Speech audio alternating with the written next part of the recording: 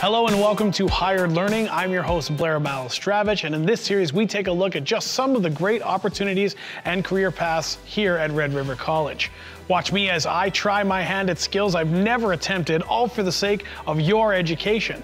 This is an insider look at what Red River College is doing, and as you will see, what they're doing is working.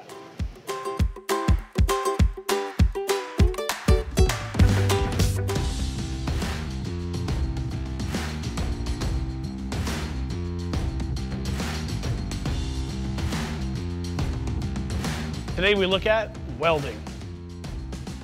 And my guide into the world of welding is Shilite. Shilite, tell me what we're going to do today. So today we're going to start off with oxyacetylene welding. It's the first process that we teach students when they come here to the college because it teaches them the concepts behind watching the puddle, looking to see the technique. So it teaches some basic background that you need to do all the welding processes. So what we're going to do is we're going to start off by showing you how to light the torch in a safe manner. That's important. That's dire, because I'm a little apprehensive. Well, yeah, you're not getting burnt today under my watch. Okay, good. So on this torch, we have 5 pounds of acetylene. And then we're gonna add oxygen. And then we're gonna look through our helmet until you can see the 3 different cones. So right now you can see the outer feather. We've got an inner feather and an inner cone. So we're just gonna add oxygen just till it goes to that neutral flame. So this is the flame that we're going to use for all of the welding that we do today. Okay. Initially, I had no intentions on getting into the trade. I was going to actually go to university. But after finding out that I couldn't afford to take any time off school and I couldn't pay for it doing a part-time job, I realized that I needed to get into something that could earn some decent money, and any of the trades are a way to do that. So kind of looked through the catalog, figured out what I was interested in, and welding just seemed to be a good fit. Oh, and now we did that, so now I want to turn the other one, which is the oxygen. Oxyacetylene welding, and that tends to be what we start off with to give people the basics on welding, and it means you get to play with fire. So what young person doesn't like to play with fire? Okay, and now we're going to add oxygen. Add oxygen. The other add. The other kind, the correct way. This is a 1/16 filler rod. Oh, you've decided you're going to be a left-handed welder like me? Oh, no, I'm right-handed. Don't touch, leave a space underneath. How's that? It's looking pretty good. And you can see that the one on the opposite side is starting to melt. We got to get a little more heat on the side closest to you. Allow that to flow into the base metal. There we go. There you go. I'm shaky, holy cow. Is that melted? There you go. Okay, let's set this down. First? Oxygen first. Okay, so we treat everything as hot. We're going to add the second piece.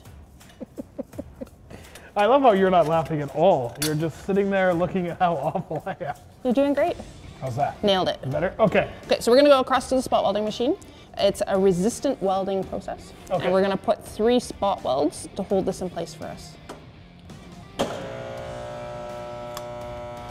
And those spots will be just as hot as the ones we did with the fire. Okay. So don't grab them. No.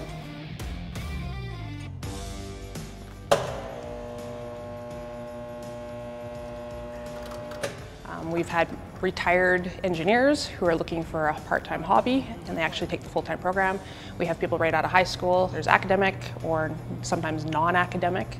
So it doesn't really matter what your background is. You'll find somebody here at the college that has that background. Cool.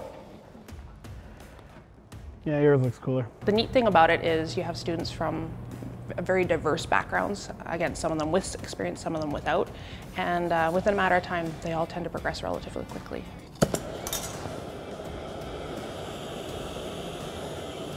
And basically we're looking to have the 2 ends fused together. So that same sort of molten look like you were talking about. That molten look, yeah, that it's liquid metal. Liquid metal.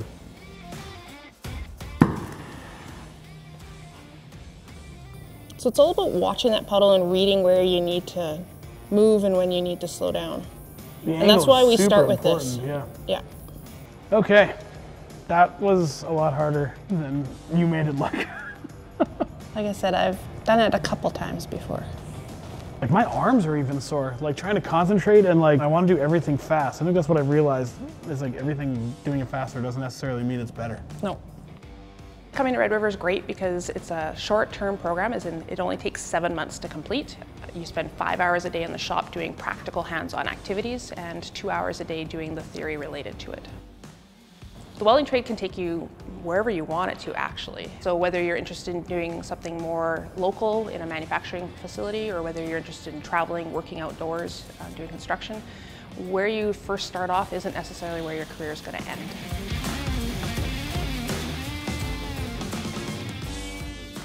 It's definitely a skill. It's without a doubt like one of the most complicated skills that I've done so far. Welding is a little bit different than some of the other trades, where it's still got that technical aspect that things like electrical or machining do, but it has a lot of eye-hand coordination. Totally. I just couldn't believe, like, once it was all happening, there's so many things and the slightest thing makes a difference. So thank you so much for showing us how to do this. Would you like to play with bigger fire? Yeah, we'll try bigger fire. Sure, I was terrified by this one, so why not go up?